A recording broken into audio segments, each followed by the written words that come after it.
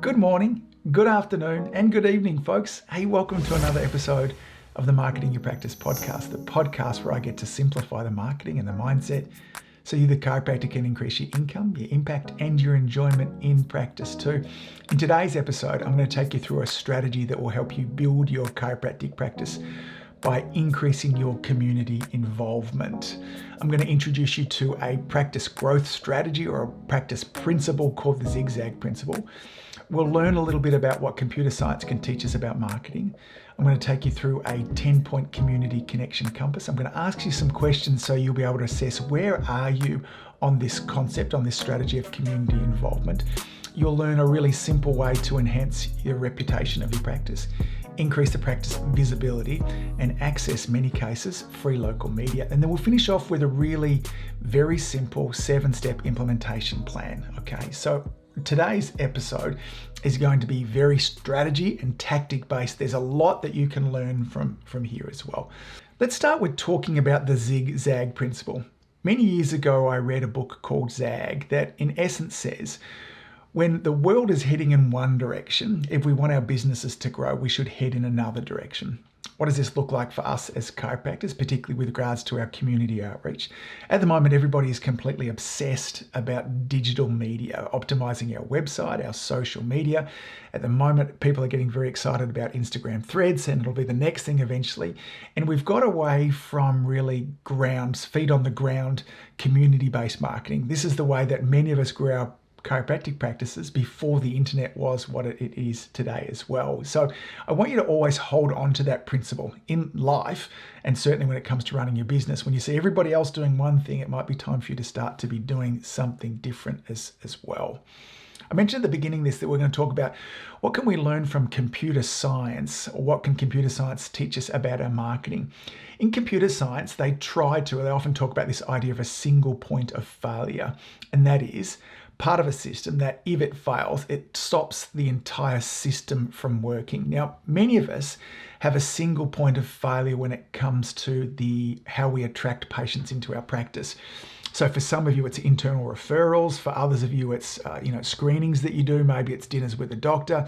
Maybe for some of you, it's just through social media and organic kind of posts as well. If there is only one way that you attract patients into the practice, if something happens and that changes, and because there will always be fatigue in your marketing. In my early days, we used to get fabulous results with screenings, and then that stopped. And then we started to do in-house presentations, and that stopped. And then we started to do community talks. They were more and more difficult to go. But if we only have one way that we're attracting new patients in, if that changes, then we're incredibly vulnerable. And so what they try and do with our computers is to have redundancies. And what this means is they have a duplication of critical components to increase the reliability of a system. In essence, what they want to, instead of one part of your computer stops working, hopefully the whole system doesn't stop working. Now, mature businesses, successful businesses, have redundancy in their marketing. They don't just have one source through which they get new business. And this is very much the case for most of us as chiropractors and many businesses, okay? It's why we are so incredibly vulnerable. So a good practice should have multiple sources of new patients that come to it. Internal referrals. You've got joint venture relationships with local businesses, okay? You're running marketing campaigns online. You've got organic and paid traffic. You've got an optimized website. You've got Google ads. Now, the more of these sources of new patients that you have in, the more stable and the more mature, the more predictable, and most likely the more profitable that your practice is as well. Now, today, I want to talk to you about a strategy that is really I refer to it as community involvement. I taught a very deep dive training on this for community influencer members where we had all of the scripts, all of the tactics, all of the methods to help them measure and build these relationships. But I'm going to give you a really solid overview of it as well. When I talk about increasing community involvement, when we come under the principle of marketing of the more people that know you, like you, and trust you, community involvement, first of all, really helps people to know you. But it's also massive when it comes to building trust as well. So community involvement refers to the active participation and engagement of a practice in events or initiatives that aim to benefit the local community. Now, this is a really important point. The goal, this is a very generous thing for our practice to be doing. We don't go into this with the intent of wanting to get new patients. We're going into this with the intent of wanting to serve the community, okay? Now, I also believe that we will get everything we want in life if we just help enough other people get what they want, okay? This is the principle that underpins community involvement as well. This participation fosters a sense of connection. It helps to build relationships with community members and will absolutely lead to increased visibility and credibility for your practice. So that's what I mean, okay? So we'll talk about what this actually looks like. Examples of it might be something as simple as sponsoring a local sports team or a charity event. It might be participating in or hosting a booth at a community health fair.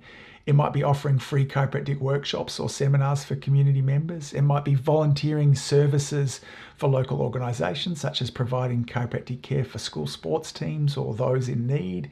It might be donating your support to local causes or charities. Or it could be hosting your own community event. Now, when you're looking through this, we'll talk about some of the challenges in a moment of finding the right type of events. But one of the things you might need to do is host your own community event. Many years ago, what we did is we actually started our own Easter egg hunt.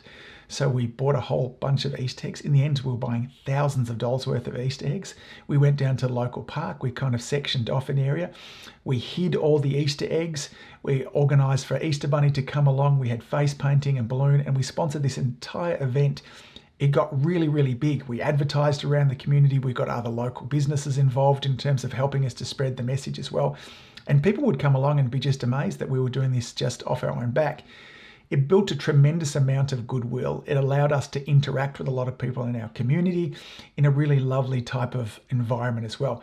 Now, after running this for many years, we unfortunately had to shut it down because our local council said, listen, you don't have a food license, you don't have the license to be doing this type of things. But that's an example of us running a community-based event that we actually hosted our own. We couldn't find things that we thought matched our values and our mission as well, so we just put our own event on as well. Now, I'm going to ask you some questions here. There are 10 questions in terms of that will help to score you in terms of how am I doing with regards to community involvement? I call this the community connection compass as well. So as I'm asking these questions, you might want to give the answer is either yes or no. And if you're not sure what the answer is, then the answer is probably no. Okay. So maybe you might be multitasking as you're thinking along this, but how many of these can you answer yes to as well? Okay, let's go in. First question is this. Have you participated in any community events in the past 12 months? Now, maybe this is something you've done, but you haven't done it for ages. Like, yeah, we used to do this, but we're not doing it anymore, okay? Number 2 here, does your practice sponsor any local clubs, teams, or organisations? Question number 3, have you hosted or presented at any educational workshops or seminars related to chiropractic care? Do you collaborate, question number 4, with other healthcare providers or businesses in your area for community events? So maybe, again, this is not something that we have to do by ourselves. A collaboration often works really well. Other businesses, health food shops, Pilates, yoga, like-minded businesses that you could collaborate on this so you don't have to do it all by yourself. Question number 5, have you volunteered your services or expertise for any charitable or non-profit organisations? Question number 6, does your practice engage in any ongoing community service or philanthropy efforts? Question number 7, have you participated in any local networking events or professional organisations related to your industry? Question number 8, do you have a dedicated community involvement strategy or plan for your practice? Sometimes what I'll see chiropractors doing is they're doing some of these things, but they're really flying by the seat of their pants. They don't have as a part of an overall strategy where they've decided in advance what groups they want to be a part of, how much time they want to put together. So do you actually have a plan for this? Question number 9, does your practice actively promote community events and initiatives on social media or other marketing channels? So even if they're not your events, if there's a school fete going on, are you helping to promote that? Are you helping to build goodwill and create connections to serve other local kind of community events? And question number 10, have you set specific goals or measurable outcomes for your community involvement efforts? Now, when I ask these questions to chiropractors in different trainings, when I asked a lot of community influencer members as well, most people score very lowly on this. Okay, there's not a lot of yeses that come back. And if there aren't a lot of yeses for you, then you should get excited because it means there's a lot of opportunity for you to have a whole bunch more people know you, like you, and trust you, and understand that the more people that do this, the more effortless and more ease that your practice growth will actually be as well. Okay. So that's the first thing to start to think about. Now, what are the benefits of doing more community-based events as well. I think there's probably three really big ones that come from. There are many, but there are three big ones. The first is it's incredibly powerful for reputation. Active participation in community events and initiatives demonstrates that you genuinely care about your community, okay? And this is a fabulous way about boosting your reputation and credibility. This helps to differentiate your practice. If you're the practice that's going out of your way to really care for the community, you will stand out as well. Number two, in terms of benefit, is it's important. It really helps with visibility, okay? So by engaging in local events and activities, your practice becomes more visible to potential clients, okay? It raises awareness about your services, okay? More people will see you as well. And then the third benefit is it's fantastic for networking opportunities, okay? So community involvement can introduce you to various local business owners and professionals. It helps you build really strong networks of who are the movers and shakers. We just got to have more people knowing us. Remember, I've talked about in the series that I put out recently that we are, most chiropractic practices, our best kept secrets in the community. People cannot come and see you if they don't know you. And one of the greatest ways that you can do this is all cost free. Now, it's an investment of time, but if you want more people to know you, like you, and trust you, okay, then active participation in community events is a really powerful way to go about it as well. There are several other benefits as well. I mean, some of them are, this can be a really powerful way of getting local media exposure as well. So, reaching out to local radio stations, television stations, newspapers. You can often get lots of free press when you're doing this, these type of events.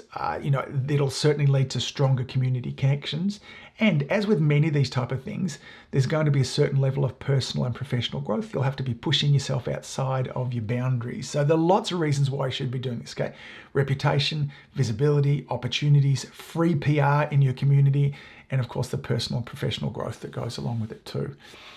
There are often many challenges or many barriers that get in the way that stop chiropractors from participating in these. I want to talk about what these barriers are, and I want to give you some solutions to them as well. So the first barrier is time constraints. The second one is the financial considerations that go along with this. And then the third one is identifying the right type of events, okay? This is when I talk to people about this, these are the hurdles that chiropractors tend to kind of put up in front there too. So let's talk a little bit about time constraints. For those of you that are already busy in practice, but you're wanting to create a much more predictable base as well, then balancing the demands of running your own practice and dedicating the time to community can be really tricky as well. So there are several solutions that you can think about with regards to this. And it's going to be first and foremost, prioritizing events that align with your practice goals and target audience. So we didn't have a lot of things, as I mentioned beforehand, in our community that really met our goals and our target audience. So we created our own, okay? So if this, again, the first thing is prioritize your events. The second is you should be delegating tasks and responsibilities to the entire team. By no means is this something that has to be done by the chiropractor and the chiropractor alone, okay? The third solution to think about is schedule event participation well in advance. When we don't have a plan in place, which I mentioned when I was going through that asking you those questions, and we're trying to take on opportunities at last moment, that's where it's difficult.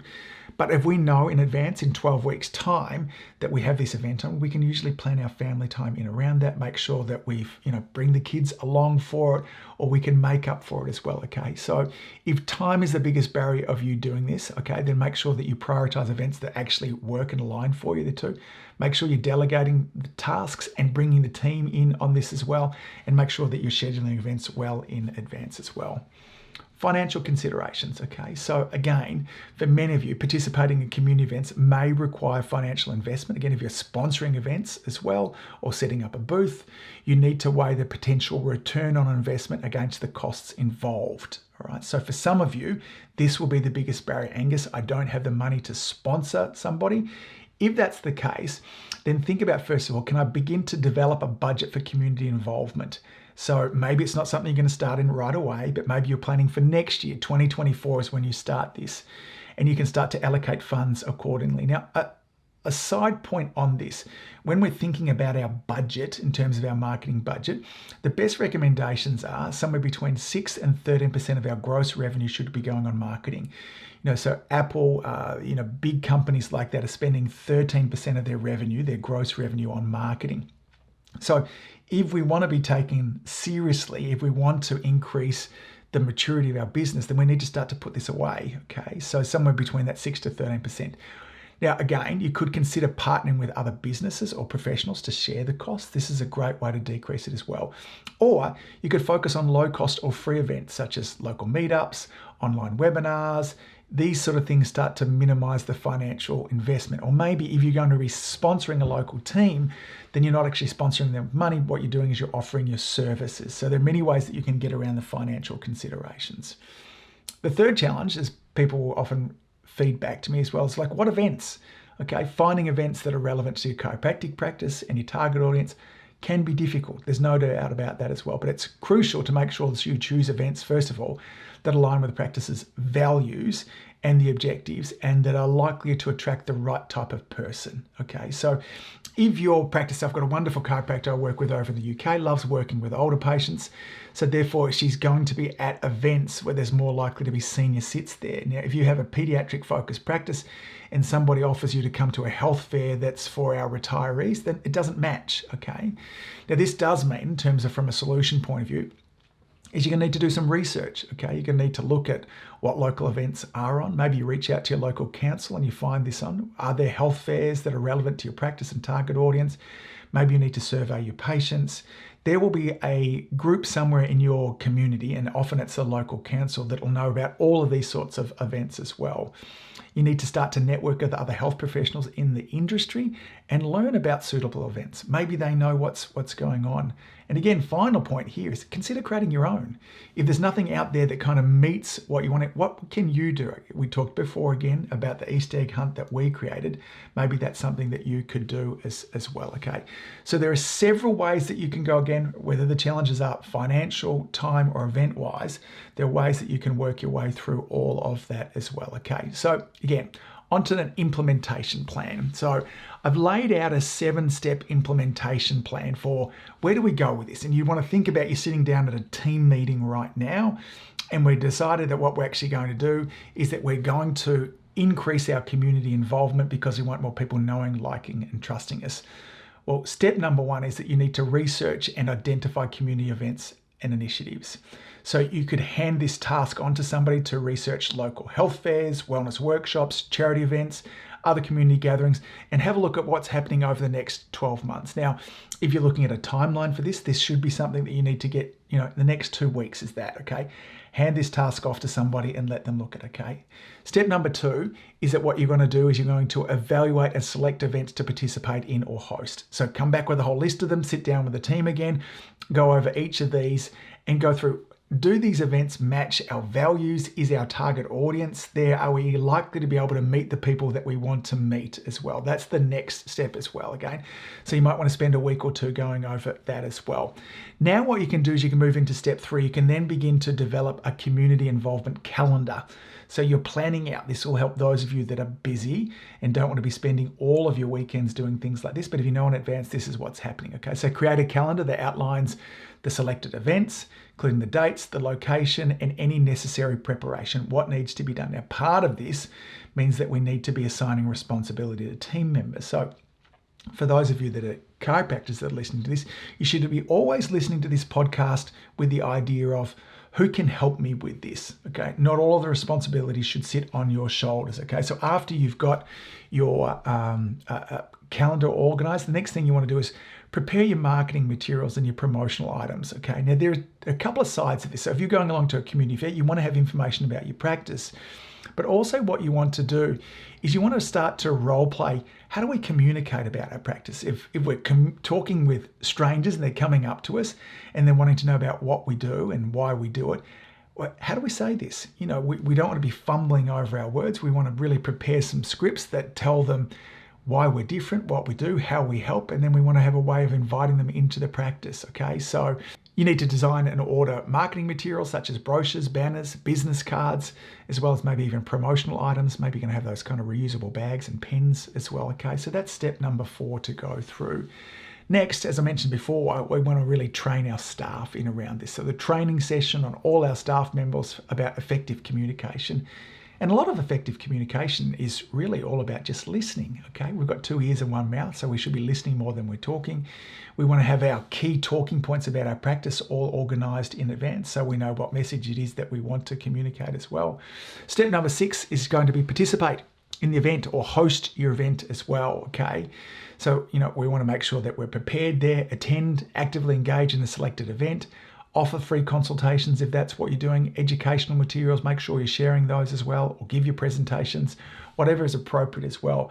And then the final step of this is that we want to evaluate and then we want to adjust our community involvement efforts. So not every event that you go to is going to be a home run. Some of them you'll get to and they'll be poorly run and there was nobody there, or it wasn't your target audience, or maybe it was too expensive, or maybe that you were put over in a corner where you couldn't talk to lots of people there too. But this is the implementation plan that you'd need to go through. Let me quickly touch on all of those again, okay? Step number 1, research and identify community events, okay? You could delegate that onto somebody. Step number 2 is then evaluate those. Choose an event that works for you as well. Step number 3, put together your calendar so you can plan out the next 12 months, because this is not going to be just a one and done thing as well. Prepare your marketing materials. Step number 4. Step number 5 is train your staff, okay? Make sure they know what to do there. Step number 6, participate in the event. And then step number 7, finally, is evaluate. Was this an actual win for us going forwards? Okay. This is community involvement. Now, done properly, this is a really powerful way for you to get massive exposure in your community, for you to meet a whole bunch more people and build an enormous amount of goodwill.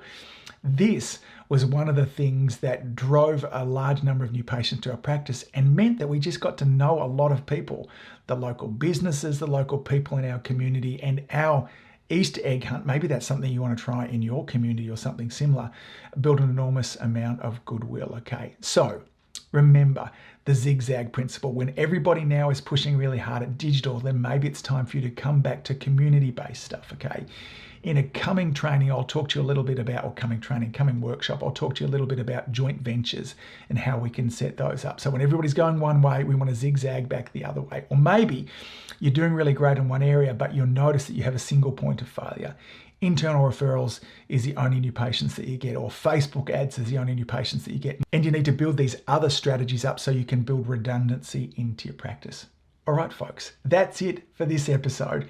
Remember, your community needs you doing this stuff. It's a great way for you to meet them, and you can't help them until you've met them. Now, as always, folks, thanks for all that you do. Keep saving lives. I'll see you back here next week.